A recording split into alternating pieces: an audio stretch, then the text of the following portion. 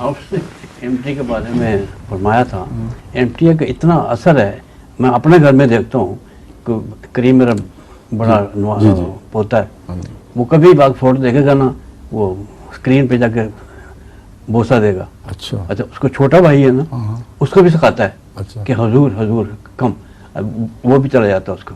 یہ بچوں کے ساتھ جو تعلق قائم ہوا ہے یہ بہت بڑا بہت زبردست ہے. اور ایسے ہی وہ اپنے ماں باپ کو سنبھالنے لگ گئے ہیں، ورنہ یہی بچے اگر کارٹونوں کی نظر ہو جاتے صرف یا انگریزی پروگراموں کی تو بہت تباہی تھی. بالکل صحیح بات. نسلیں تباہ ہو جانی تھی.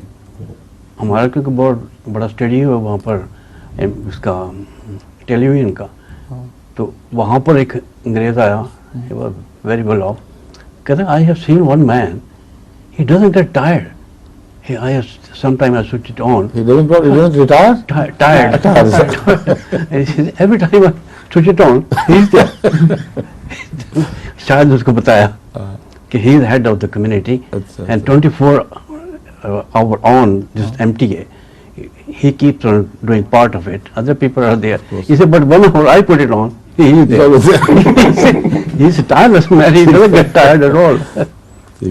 اسی طرح سے حضور نے فرمایا تھا اس کے ضیاء الحق کے بارے میں.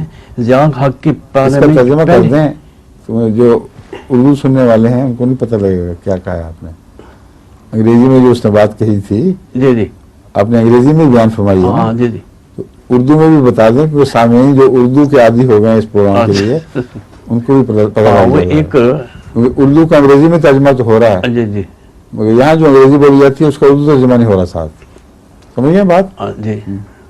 ہمارے اسٹیڈیم میں کیونکہ ٹی وی کا وہاں ڈیمانسٹریشن ہوتی ہے تو وہاں پر ایک انگریزی نے آ کے بتایا کہ جب بھی میں ایم ٹی او کے آن کرتا ہوں نا اور چینل کے لیے تو ایم ٹی وی کا بھی آ جاتا ہے، تو میں اس ایک شخصیت کو دیکھتا ہوں کہ وہ ہمیشہ بولتا نظر آتا ہے، تو وہ تھکتا نہیں ہے.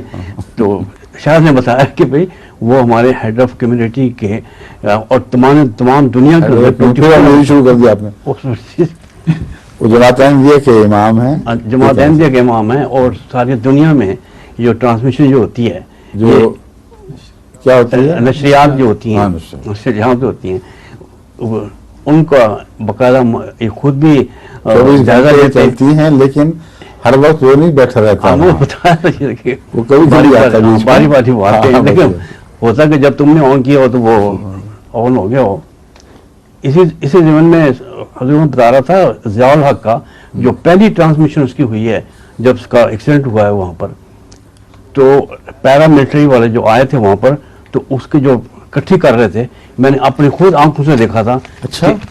کہ اس کے جو وہ تھے نا وہ راکھ جو تھی، راکھ ان کے ہاتھوں سے انگلی سے نکل رہی تھی اور وہ اکٹھی کر کے رکھے تھے. اور جو اس کا تابوت بنایا تھا وہ 1.5 انچ موٹی لکڑی کا تھا، جنہوں نے 11 آدمی نے اٹھا کے ایمبولینس میں رکھا تھا، ایک ہی آ سکتا تھا، حالانکہ باقیوں کے 1 انچ تھا یا 1.25 انچ موٹا تابوت بنایا تھا. اور اس کے وہ کہتے ہیں کہ جی اس کے سنہری دانت تھا جو کرنل اس لیے بھاری بنایا تھا کہ پتہ نہ لگے کہ اندر لاش کوئی نہیں. لاش تو اتنی بھاری نہیں ہوتی نا. وہی ٹوپی پڑی تھی اس کے اوپر، ٹوپی پڑی ہوگی، مگر اندر اب اس کی بدنصیبی اور خدا کی طرف سے ایک نشان ہے کہ اس کا جو اس کی چیز تھی وہ صرف اس کا ڈینچر تھا، یعنی دانتوں کے بتیسی جس میں دانت جڑے ہوئے تھے وہ اس کی پہچانی گئی تھی، باقی اس کے وجود کا کوئی بھی حصہ اس میں نہیں. اور جو ڈینچر ہے وہ مصنوعی تھا. جی وہ جو ڈاکٹر تھا نا کنسلٹنٹ، اس کی ذات کا کچھ بھی نہیں رہا.